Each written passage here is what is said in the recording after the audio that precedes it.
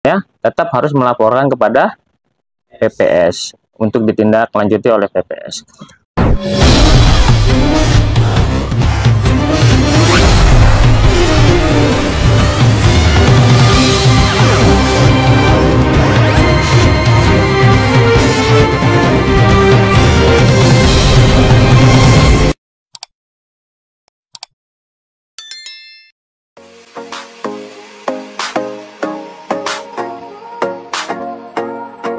Kemudian yang kedua, ini formulir yang dibawa. Satu tadi ya, A daftar pemilih. Yang kedua, A daftar potensial pemilih. Sederhananya ini pemilih baru yang tidak ada di daftar pemilih yang tadi. Ya, maka dia memiliki formulir tersendiri. Ya. Jadi elemen datanya sama seperti daftar pemilih tadi ya, mulai dari nomor KK sampai dengan alamat RT RW, status kepemilikan KTP. Status kepemilikan KTP ini ada dua ya. S itu berarti sudah memiliki KTPL. B itu berarti belum memiliki KTPL. Tetapi Pantali juga harus hati-hati ya. Tidak cepat-cepat menyatakan belum memiliki KTPL. Tak cara orangnya menyatakan iya ada KTPL saya, tetapi tidak tahu jatuh kemana kemarin. Yang kayak gini maka dia S sudah ya. Apalagi pengakuannya saya sudah KTPL tapi dia jatuh kemarin belum saya cetak lagi. Yang kayak gini namanya sudah ya. Yang belum itu yang memang belum memiliki KTPL atau dia minimal dibilang saya belum pernah melakukan perekaman, itu pasti belum memiliki KTPL ya. Potensinya banyak ya. Kenapa? Karena tadi ya syarat memilih itu 17 tahun di hari H. Bisa jadi di saat coklit itu usianya masih 16 tahun 9 atau 10 bulan di saat coklit, sehingga memang dia belum melakukan perekaman ya. Selanjutnya, kenapa ini ya sebelumnya ya, kenapa ini penting ya kita memiliki data sudah memiliki KTPL belum memiliki KTPL, ini juga bisa sebagai bahan ya yang bisa kita sampaikan ke Dinas Dukcapil bahwa segini warga kita yang belum memiliki KTPL. Harapannya itu bisa menjadi data yang bisa ditindaklanjuti ya. Kemudian ini yang seperti tadi tanda bukti coklit ya, di sini kepala keluarga garing penghuni rumah. Ada kalanya di saat Pantali datang ke rumah tidak bertemu dengan kepala keluarganya. Misalnya kepala keluarganya adalah suaminya, tetapi yang di rumah adalah istrinya. Dan suaminya akan pulang besok. Nah, yang seperti ini tidak perlu menunggu suaminya datang besok. Maka penghuni rumah dalam hal ini istrinya lah nanti yang akan mengisi tanda tangan tadi ya, yang akan mengisi tanda tangan. Di nomor TPS ini sudah jelas, alamatnya sudah jelas, nama pemilih ini sebanyak yang ada di KK itu. Kalau ada 3 maka akan ada 3, kalau ada 4 maka akan 4 ya. Tanda terimanya hanya 1 ya. Yang bertanda tangan juga hanya 1 ya. Penghuni rumah ditandatangani di misalnya di pancor tanggal berapa keluarnya, kemudian ditandatangani oleh kepala keluarga atau penghuni rumah, ditandatangani oleh Pantali, dan ini diberikan satu rangkapnya, satu salinannya kepada tadi ya penghuni rumah tadi ya, satu dibawa oleh Pantali. Ini sebagai bukti bahwa kita sudah melakukan coklit. Bukti yang kedua adalah kita dengan memasang stiker ya. Ini juga teman-teman Pantali juga harus ya, karena salah satu tata cara teman-teman pengawas melakukan pengawasan apakah sudah dicoklit apa tidak, itu biasa dilihat di rumah itu udah ada stiker apa tidak ya. Nah, itu cara mudahnya. Begitu juga nanti di saat PPK, PPS atau KPU melakukan monitoring, biasanya yang dilihat itu sudah ada tertempel stiker apa tidak.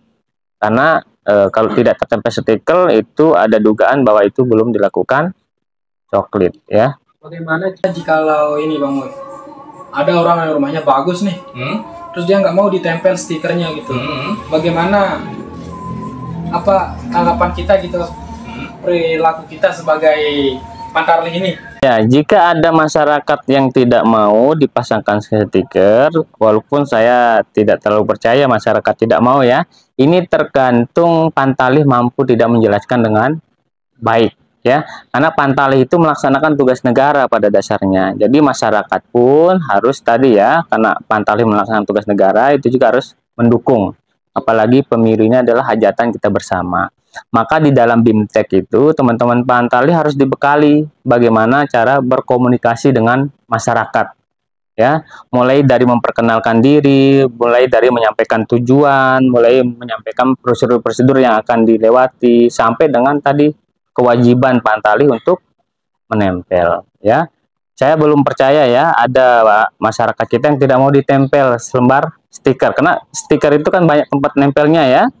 Bisa di depan, di pintunya, di jendelanya, di gerbangnya kalau bagus dan sebagainya. Nah, seandainya pun ada ya, seandainya pun ada yang tidak mau sama sekali ya, kita mau di gerbang yang nggak boleh, di jendela tidak boleh, di dinding tidak boleh, yang seperti ini silahkan dilaporkan ke PPS.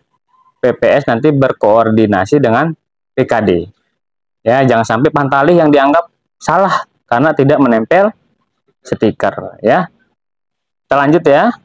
Kemudian ini model laporan hasil coklit. Nanti di akhir coklit ini ada laporan yang harus disusun oleh Pantarlih ya. Jadi ini sederhana sebenarnya, sangat mudah diisi ya. Misalnya contoh data pemilih diterima, daftar pemilih di daftar A, daftar pemilih itu laki-lakinya berapa, perempuannya berapa, total berapa, itu tinggal di sana saja ya. Tinggal diambil angkanya dari sana. Yang Romawi 2 jumlah pemilih baru, tinggal dilihat daftar pemilih POM tadi kan ada formulir.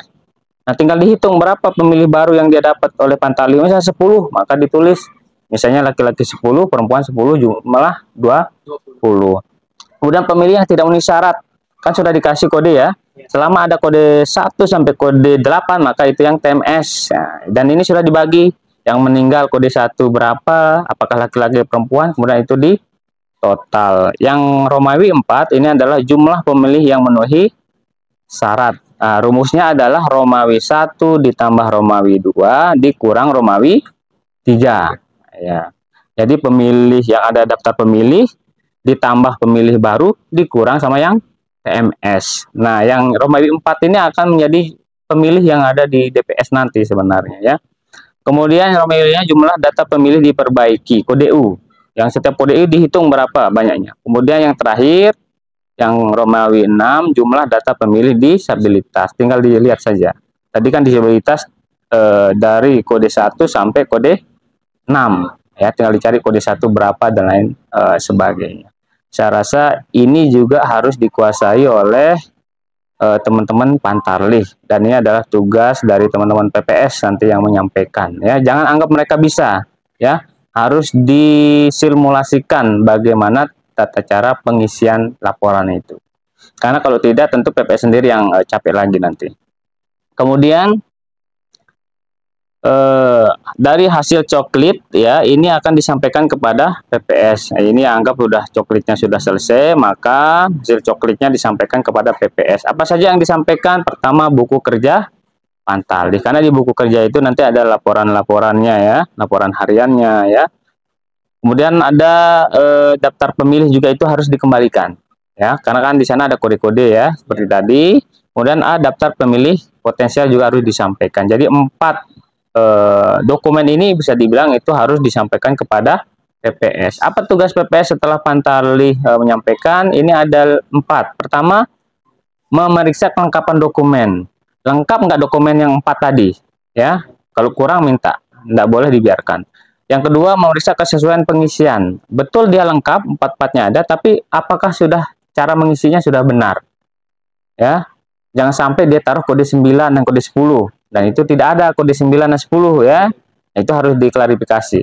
Yang ketiga, mencocokkan jumlah antara hasil coklit Pantalih dengan rekapitulasi hasil coklit pada model A laporan hasil coklit.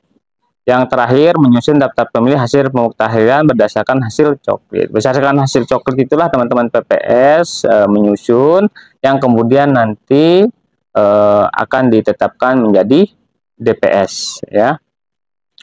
Selanjutnya ini DPS ya. Kalau DPS ini substansinya teman-teman, ada kewajiban PPS ini untuk melaksanakan rapat pleno terbuka. Apa maksudnya rapat pleno terbuka? rapat plenonya bukan hanya internal PPS, tetapi ada pihak-pihak di luar PPS, seperti Pantarli, seperti pengawas desa atau kelurahan, kemudian perangkatan pemerintahan desa. Ini mereka harus dilibatkan, ya. Kemudian mereka juga memiliki hak, ya. Peserta rapat itu memiliki hak dalam rapat pleno terbuka apa? Memberikan masukan dan tanggapan. Bisa jadi masukannya ada warga yang belum tercoklit dan lain sebagainya. Ini sebisa mungkin diakomodir, ya. Kemudian ini akan ada berjenjang, ya, rekapitulasinya. Kalau sudah di level desa, maka di level kecamatan, setelah itu di level kabupaten, setelah itu di level provinsi. Setelah ditetapkan menjadi DPS, maka proses selanjutnya ini diumumkan kepada masyarakat ini selama 10 hari di PPS, ya. Kemudian selama 10 hari setelah diumumkan ini akan ada kita tahapannya menerima masukan dan tanggapan dari masyarakat. Nah, di sini teman-teman PPS harus wajib standby di sekretariat masing-masing, ya, jikalau ada masyarakat yang datang memberikan tanggapan. Dan bukan hanya memberikan tanggapan secara lisan, mereka harus memberikan tanggapan secara tertulis karena ada form tanggapannya. Dan tidak hanya mengisi form tanggapan ini, harus wajib melampirkan bukti identitas kependudukan atau surat keterangan lainnya. Maksudnya harus ada dokumen pendukung. Oh, si Udin belum terdaftar. Oh, ada KTP si Udin, ada kakak si Udin. Nah, berdasarkan itu teman-teman menerima, kemudian nanti akan memeriksa dengan memasukkan NIK-nya di sistem kita akan tahu betul nggak dia belum terdaftar. Jangan-jangan dia udah tercoklit, ya. Hanya saja mungkin Pantalih tidak memasang yang tadi, ya. Bukti coklitnya tidak diberikan, stikernya tidak dipasang. Akhirnya dia menganggap, nah, yang kayak gitu akan terkonfirmasi nanti, ya. Kemudian setelah DPS nanti tahapan selanjutnya adalah kita menyusun data pemilih sementara hasil perbaikan. Setelah hasil perbaikan maka kita menyusun data pemilih tetap, ya. Jadi kalau sudah daftar pemilih tetap, maka tahapan selanjutnya kita mengurus daftar pemilih pindahan. Saya rasa ini mungkin tidak kita bahas secara detail, ya. Nanti di lain waktu bisa kita bahas, ya, terkait daftar pemilih pindahan, karena memang tahapannya nanti setelah DPT baru itu ada tahapan kita menyusun daftar pemilih pindahan, ya. Jadi itu saja saya rasa yang dapat saya sampaikan, ya. Jika ada pertanyaan dari Patih maupun dari Rizky Mubarok, disilahkan. Mungkin ada pertanyaan dari masyarakat juga. Silahkan. Mau nanya, Bang, untuk pelaporan Pantarlih itu apakah ketika selesai masa pencoklitan atau dia bertahap? Karena kan masa kerja Pantarlih itu kan 1 bulan. Nah, untuk pelaporannya itu apakah dia berjenjang tiap minggu atau dia sekaligus sekali-kali gitu? Ya, jadi seperti yang saya sampaikan, ya, salah satu perlengkapan dari Pantalih nanti dia ada buku kerja. Dan di Sabimtek kan tadi PPS itu beserta Pantalih akan menyusun program kerja lah, bisa sederhananya. Nanti di program kerja sana ada periodenya, ya. Kalau kita dari pengalaman di pemilu 2024 itu, jadi Pantalih itu memiliki kewajiban melaporkan rekapitulasinya itu setiap 10 hari, ya, 10 hari, 10 hari, 10 hari, sehingga totalnya 3 kali laporan, ya. Tetapi harapan kita tentu pastinya nanti kita akan menunggu buku, ya, buku kerja Pantalih yang diterbitkan oleh KPU RI.